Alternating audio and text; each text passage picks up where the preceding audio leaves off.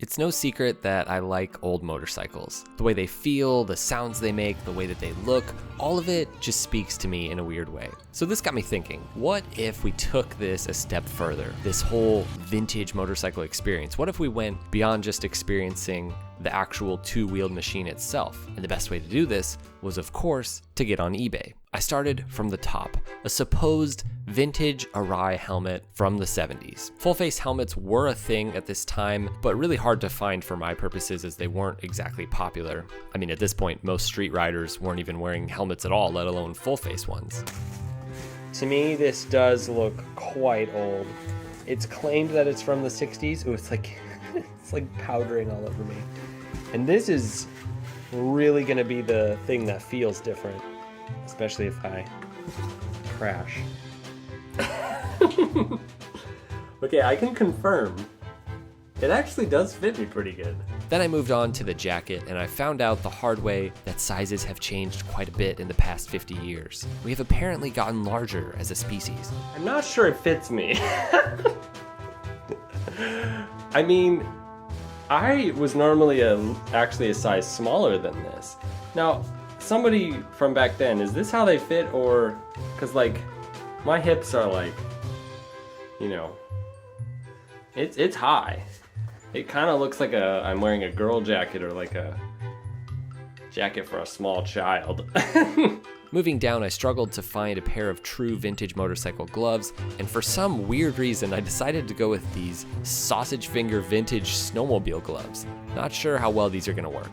Sausage fingers. They're like giant sausage fingers. Look at my fingers. These are like straight up winter gloves. Okay, so I've already failed. Next were pants, another lesson in size changing. These pants that should have been slightly large around the hip area for me were actually quite snug and also quite old feeling. They reminded me of some hand-me-downs I wore in the 90s. Like, I may have actually worn pants from the 70s in the 90s as a kid. They were stiff but durable feeling. Oh well. Okay, so we got jeans that are supposedly old. Perhaps the most important and most exciting purchase of all were the boots. I'm kind of a boot guy, I really like boots. I found these Wolverine boots, allegedly from the 60s, and they do look pretty old, although they're in fantastic condition, and they are just sweet and comfortable. Like, I actually love these, and I'm gonna keep wearing them. They look like they've never been worn. See, no, I think you can tell these are old. Look at the inside of them. I don't know, maybe somebody who's like an expert on boots could tell us, like, are these legit? Like, is this a style that was present in like the 60s or 70s?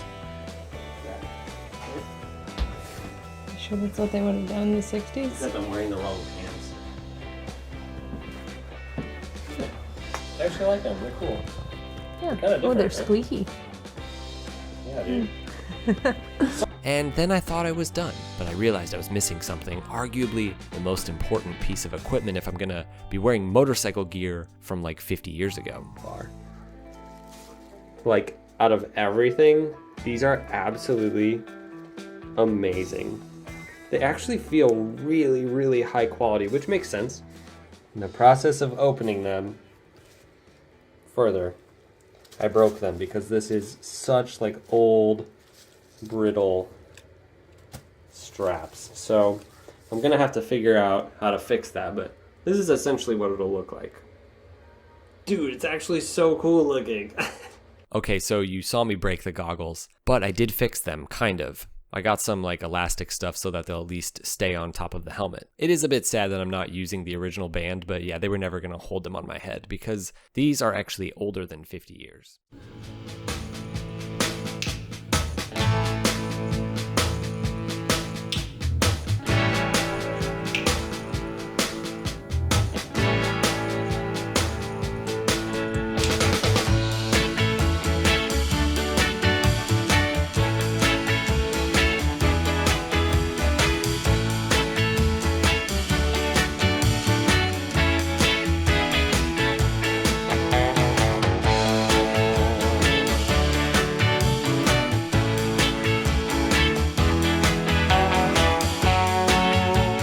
So I couldn't mic myself up with the open face helmet, so I decided to put on the GoPro just on a chest mount, because you guys need to at least see some footage while I'm talking about what this experience was like, and footage of me riding the old bike with the old gear on. And I was gonna just wear my helmet, but that, I don't know, that totally defeats the purpose, because let me tell you, the helmet is one of the most important aspects of this. Let's start with the helmet, and honestly, this is the biggest thing we have to talk about. I actually have, at this point now, 3 helmets from the 1970s, because I bought this white Arai helmet, and then I actually got 2 old helmets when I purchased the old Honda that I just bought, like this old red and green one, also from the 70s, came with the bike. And the Arai was so horrible and uncomfortable that I ended up wearing the red helmet. But regardless, it was the same experience basically.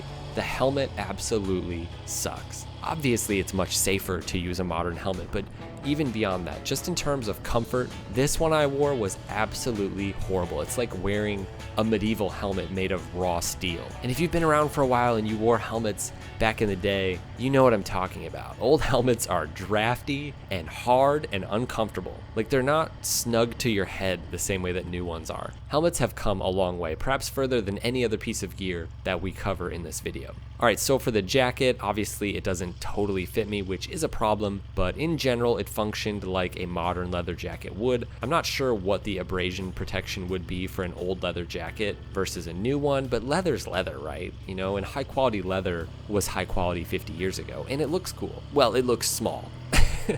But it would look cool if it fit. Overall though, I feel like a vintage leather jacket is a fine option. If you really want something like vintage in your riding gear, the jacket's not a bad route to go. Unless you want the armor provided in many modern motorcycle jackets, but you can get that armor that you can like put on under with a elastic band or whatever, and then put your leather jacket on top of that. So this really can be a good option.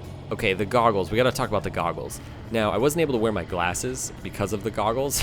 Like, I actually have glasses now, so this was probably not the safest thing. But yeah, I got used to it, it's all good. I just squinted a little. The goggles were blurry. I could have had them cleaned, and I could have taken the time to like really get that fogginess out of there. But overall, I actually really liked the goggles. They felt really good, and I could totally see getting a modern helmet, like an open face helmet, and wearing even these goggles. Like, I'd probably get newer goggles, but they're leather, like over the nose strap, and they're padded, and they're really comfortable, and I really enjoyed the goggles. I actually liked them. It's a way to wear an open face helmet and still get eye protection, which is actually really important when you're riding a motorcycle. So I was a big fan of the goggles, and yeah, if I could get a really solid strap on them, I would 100% wear them again. I just, again, would need a better helmet. Because, yeah, the helmet was not good. It was cold, honestly, and uncomfortable. Okay, let's move down to the gloves. And I'm just going to say, these are not gloves for riding a motorcycle. They are snowmobile gloves, as I said, which means they were actually incredibly warm. But if you were riding when it wasn't like winter, these would cook your hands. No ventilation, definitely winter gloves, but not really sufficient for using a clutch or having any feel with the throttle or the brake. They didn't feel good. The gloves were bad. Okay, moving down to the jeans. And, you know, once you get riding, I guess for the most part, these didn't feel that different than some of the jeans that I've had. But the jeans I currently have that are like from Target are absolutely horrible compared to these jeans. These are so much thicker, so much like better for wind protection and denser, and I think they're at least somewhat made from real denim. So the jeans were really good, honestly. Like, they're not that comfortable, but they definitely do the job of just keeping your legs warm and providing protection from wind. So the jeans I was a fan of. You know, I'm not a big fan of like loose or boot cut jeans or whatever these would be. Straight leg jeans, they're just very basic. They don't look that great.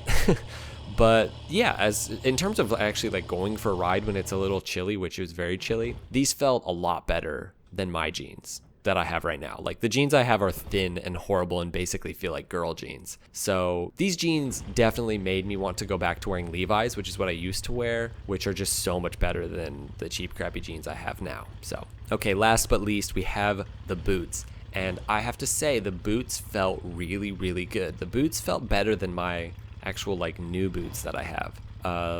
They're really solid. They felt great for riding a motorcycle, great for shifting. They're not too much of a heel. You know, I don't really like boots that have a big thick sole on them, especially for riding and putting like your foot underneath and the shifter and stuff like that. It's a little difficult to shift with a really thick boot. These felt great. I would totally, and I plan to totally keep wearing these.